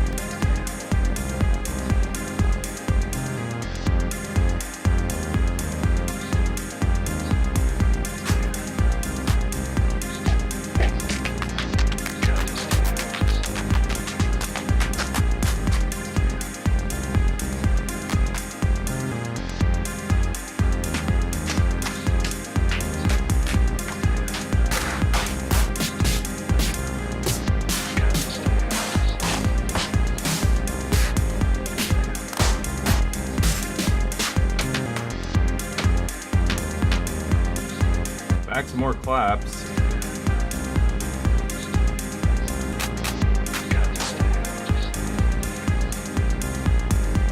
I think I need some more snares in here.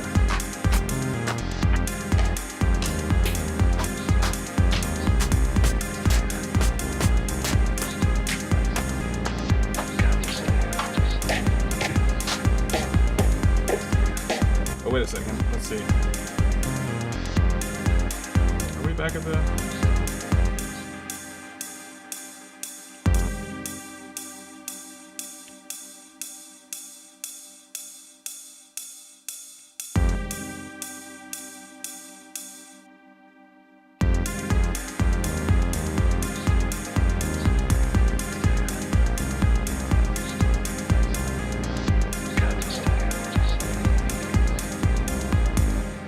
We could do like, we could fill this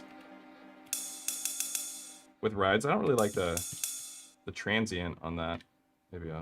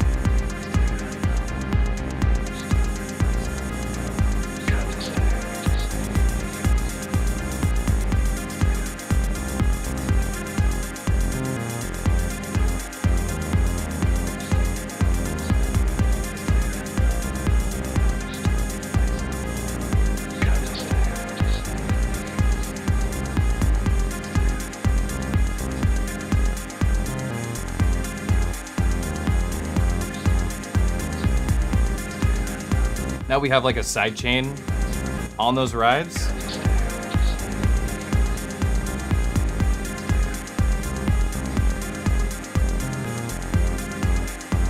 Still need a snare. Maybe there's something in first.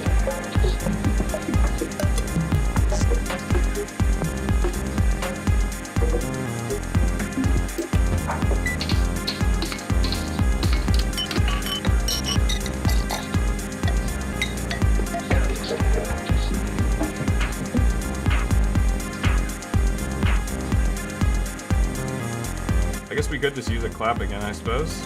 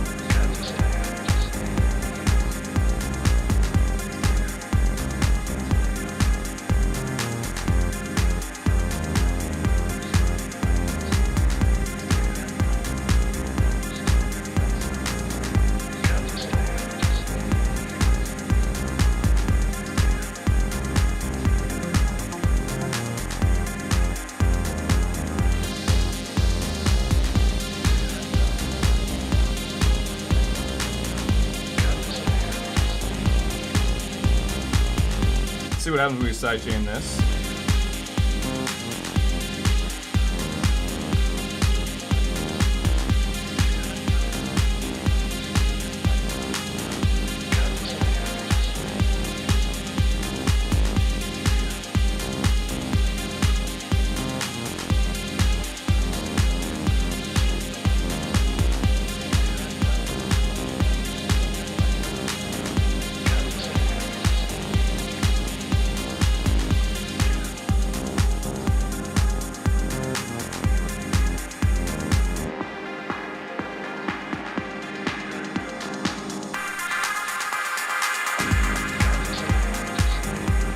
Okay, so the idea would be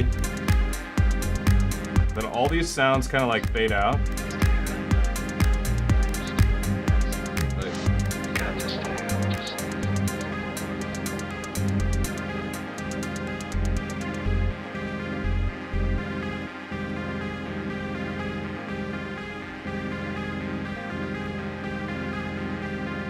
So we'd go down to this bed, and then we'd do a build up.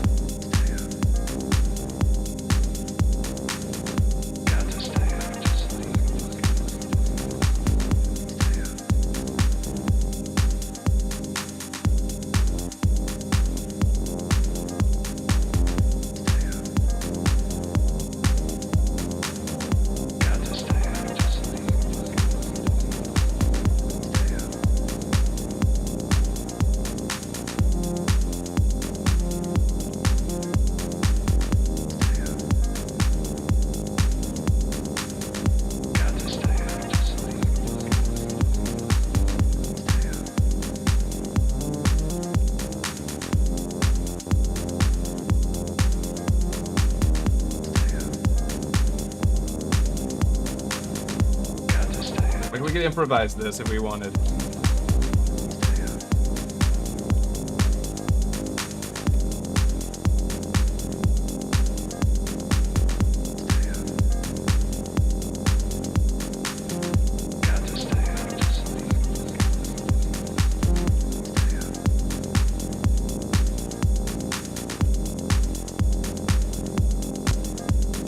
Now I've improvised the bass line, which I think is awesome.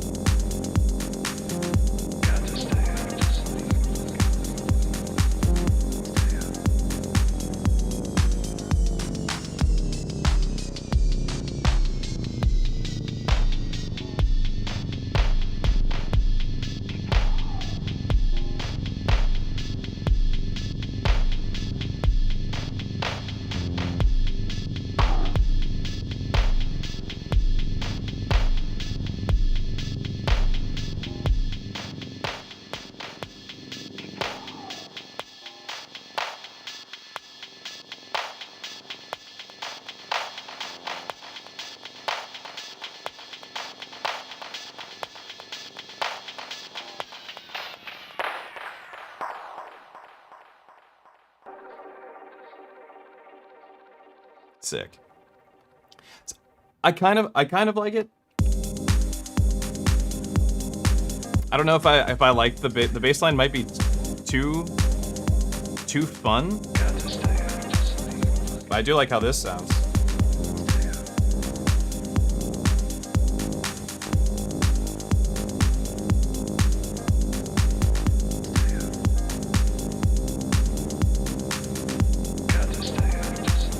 That might be better.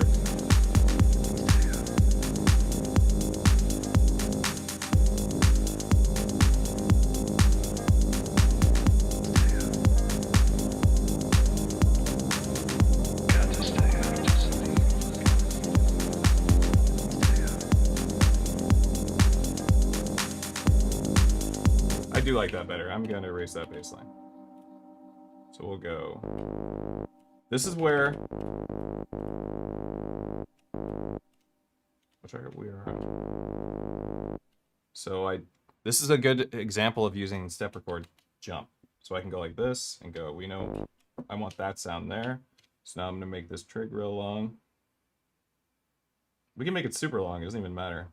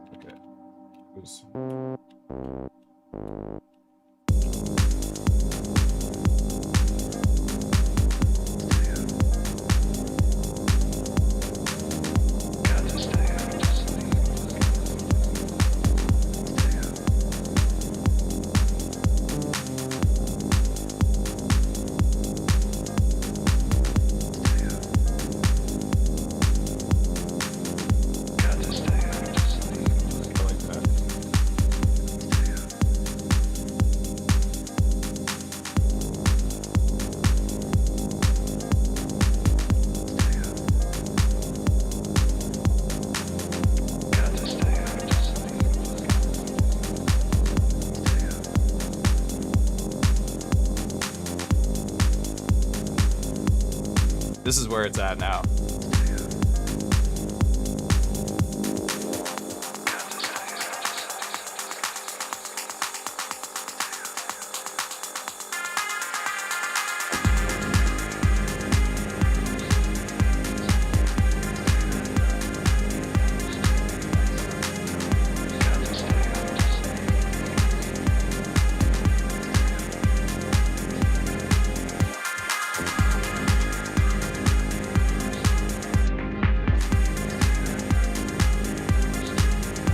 Okay, so we go from this pattern.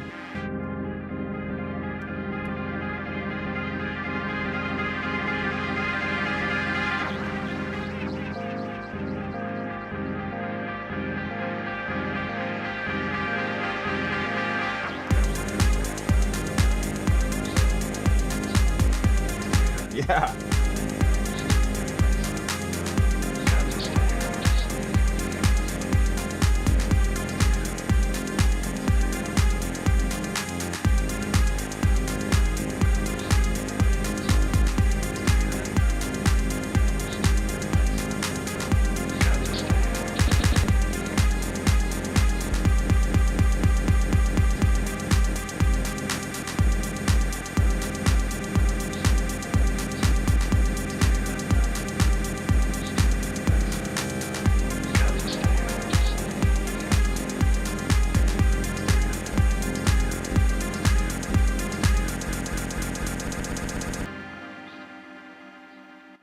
I think I'm doing pretty good. So here's our progression.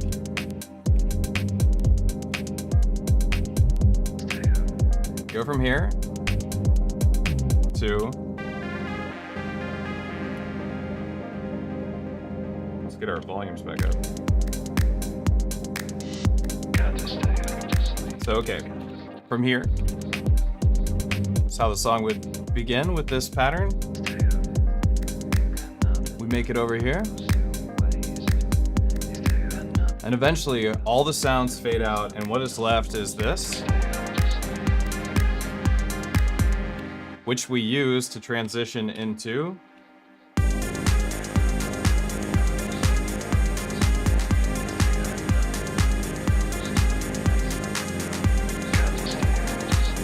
save this shit.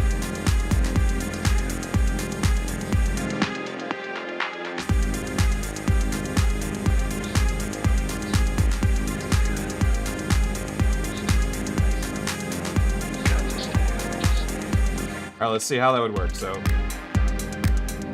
we go to this, all the sounds fade out.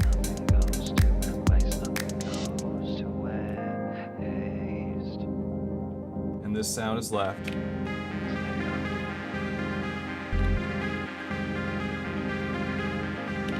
Go to a nice build-up effect on the performance template and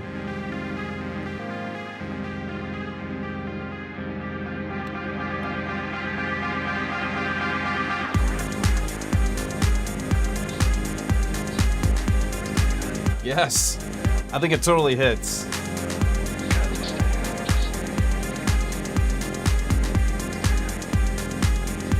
Now I think we need like a la. I would put my guitar out, go nuts.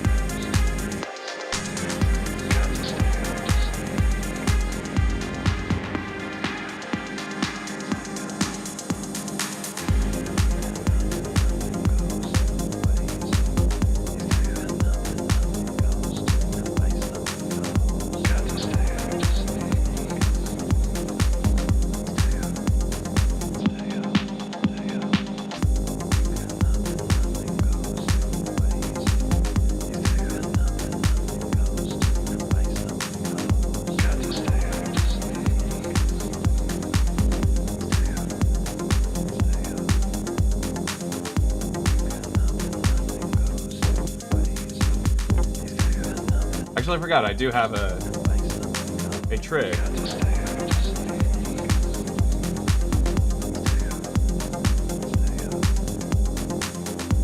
All right, give me 4 bars.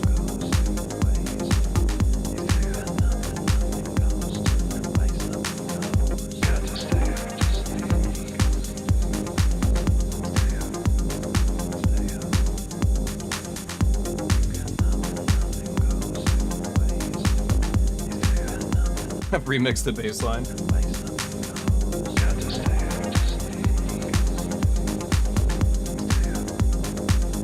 Then we'll play this on top.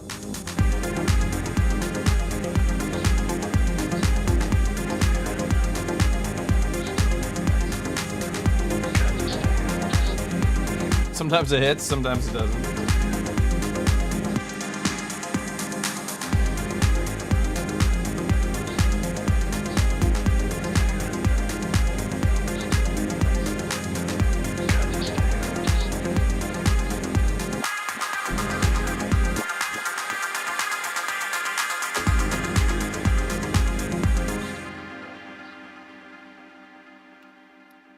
Yeah, I'm digging it. I'm digging it so far. I think it's working out. The progression is there.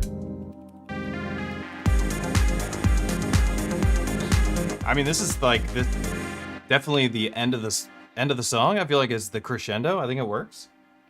Am I wrong? Am I wrong? Why use the dig attack over digatone? Octatrack's essentially a dig attack times 1,000. I do not agree with that. Walking Head Pro. That you couldn't be. No, I won't say that, but I don't agree with that. The Octatrack is not dig attack times 100. The Octatrack is nothing like the dig attack. Octatrack has 4 parts per bank, and each part memorizes 1 default sound. The dig attack has 1 part per pattern, and each pattern has its own distinct sound. Copying and pasting patterns on the dig attack versus copying pasting patterns on the Octatrack are not the same thing. You're gonna run out of you're gonna the workaround with it is insane. To do what I did on the dig attack, to make music as fast as I can on the dig attack versus on the Octatrack, they're just not on the same level. And that's mostly because I have to assign a part to my patterns. And then I have to reuse that part over and over again. So I'd have to parameter lock every single value that I want to change into my song at all times. Like, that's the way that the Octatrack works. They're not the same at all. So for me, using the dig attack as my drum machine and the Octatrack as what it does best is a phrase sampler and an effects processor. That's where it's at. Nothing is the closest thing to the dig attack, to my opinion, is like the Dirty Wave, except for the Dirty Wave has synthesizers. DT is much better for one shots. Yeah, absolutely, I agree. Yeah, OT does not have send. The OT, yes. Yeah, you're talking about using the send return on the DT, and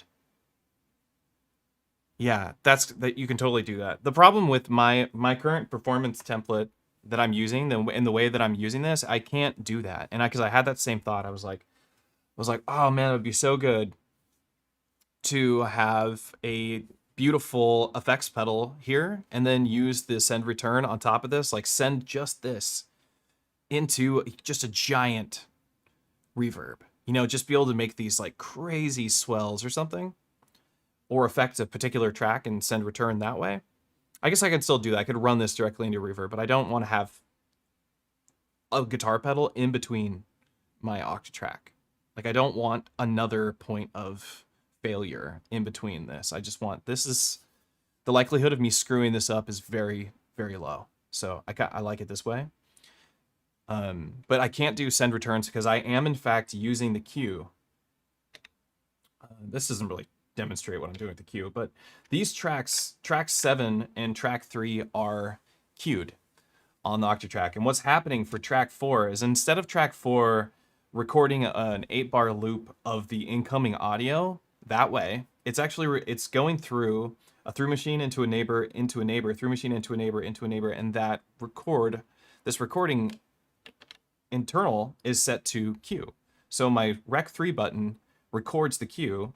And so I have these tracks, which is the end of the chain. So through neighbor, neighbor, I have my last neighbor track going into the queue, and this samples the queue. And it's at Unity because I have the queue turned up all the way, 100%. And that's the only way for me to achieve this exact goal. So it had to be done that way for me to have this template function the way the template is functioning, and also be able to do a separate recording on this track.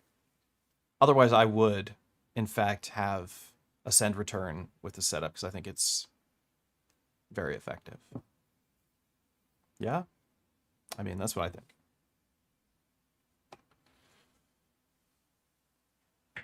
RE digitone pronunciation. Banger for sure. Thanks. Beach House definitely could be played in Ibiza this summer. Yeah, I wanted to have I feel like this pattern reminded me a bit closer to what I was making when I first got the dig attack, and a lot closer to what the kind of stuff that Dataline was making when I first listened to the dig attack music production. Was mostly listening to Dataline's channel, and he had this particular way of doing his music production. He's very hands-on with these devices because he doesn't use the Octatrack the way I do, so he had to do all his performances on the dig attacks, but this reminded me of that production.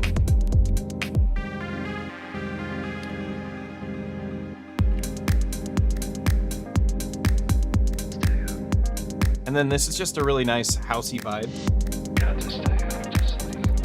But I really wanted to have it I don't know, just blow the rooftop off. I love the idea of a song starts with this mellow vibe, and then it builds up. And this is the fun part about electronic music, is that a lot of your performance is bringing sounds in and out, right? We don't have that much we can do. We can play with filter cutoffs, we can play with panning and volume and some LFO stuff, like we don't have that many options. So what we do is we construct patterns and mute and unmute stuff. And with the help of the Octatrack, or some sort of mixer of your preference, whatever, you could use an RMX 1000 or something, or a Chaos Replay or something like that, and run these into it. With the help of some effects, we can transition in between those mutes.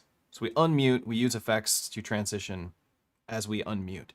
And that gives a sense of automation that you would find familiar in your DAW music productions. And that's kind of how I use the Octatrack. So when I want to bring a sound in, if I have these hats out or this vocal sample, I want to bring the 16th note hi-hats. Or I want to bring in that sound. I don't have to mute the kick and then bring it in like you would, just like, that sounds fine. But this sounds better.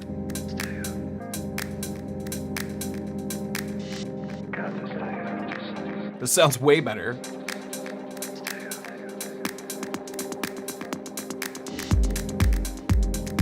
That's a better experience than muting and unmuting. That is why we use the Octatrack as a performance mixer. That's why I use the Octatrack as a performance mixer. If you're interested, visit patreon.com/EZBOT. Check it out for yourself.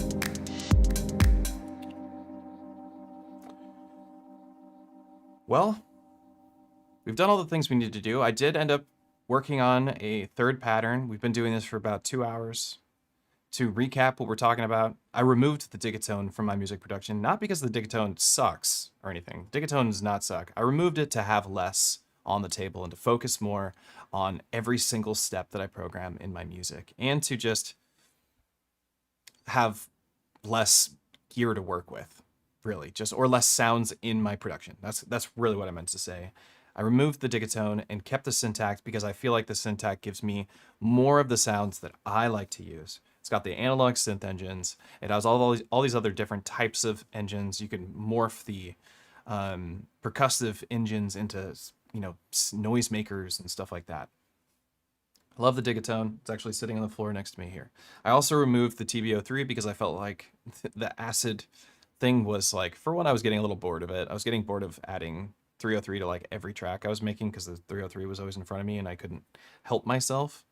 A lot of this is about me controlling my own music production and accomplishing my goals, which is to finish my music.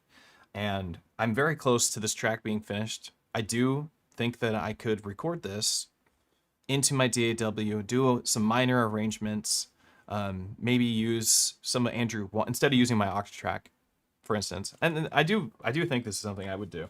Instead of maybe using my Octatrack when I'm recording my, like an album or something, or recording a track, I would maybe for my transitions use that Andrew Wong plugin,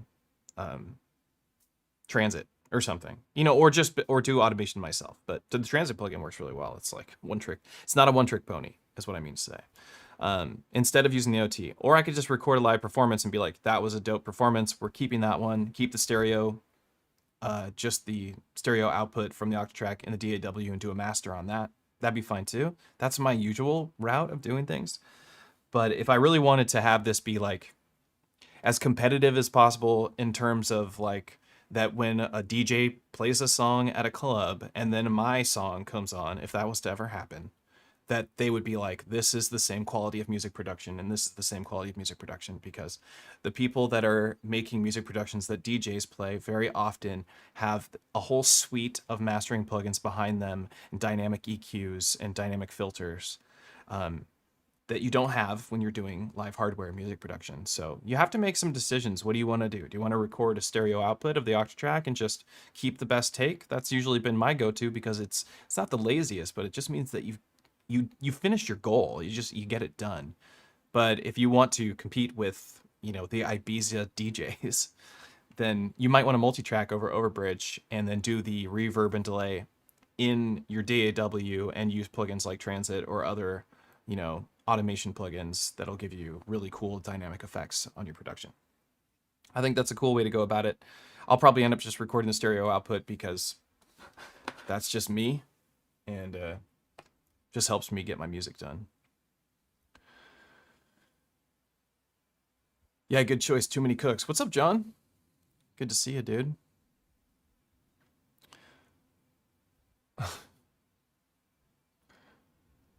Put less grain in the bass. Sounds too aggressive for house music. Which part? Do you mean like when we're getting from this?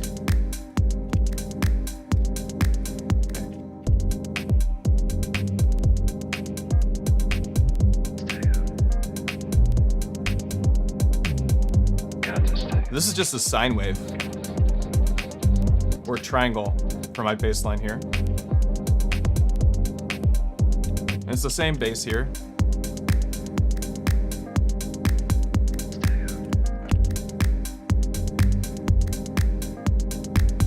But this isn't house. When we get to the, so that's kind of what I like about everybody's personal approach. Like we started off on like, you know, kind of like an ambient house thing. And then we get to like pretty classic sounding house. And then we get here and now we're in more of like a, you know, rave vibe.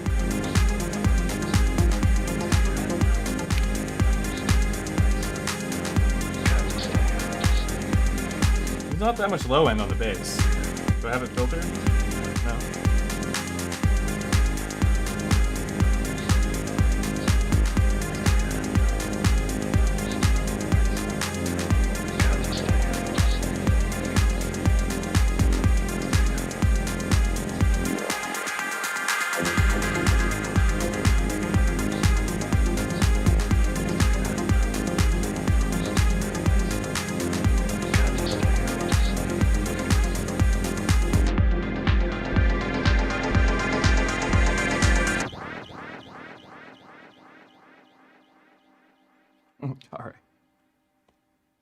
All right, folks. That's going to be enough for me. I'm going to try and stream this Friday. Hopefully we'll do something different, something unique.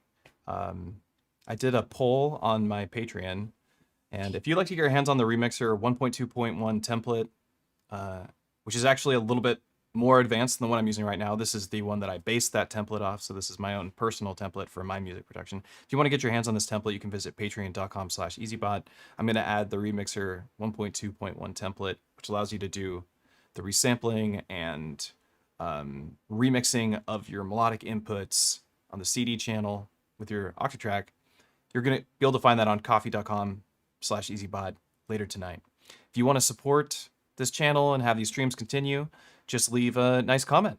That's really all I ask. Or hit the like button. That helps the videos circulate and more people get their eyes on the channel. And, you know, hopefully I make a couple pennies off of ad revenue or something. I don't know. That'd be great. Otherwise, visit the Patreon. Love to have you. Join the Discord. That's completely free. Come on in, hang out and chat. And, yeah, appreciate y'all. Look forward to seeing you again. My name's Matthew, aka EZBOT. I'll see you next time.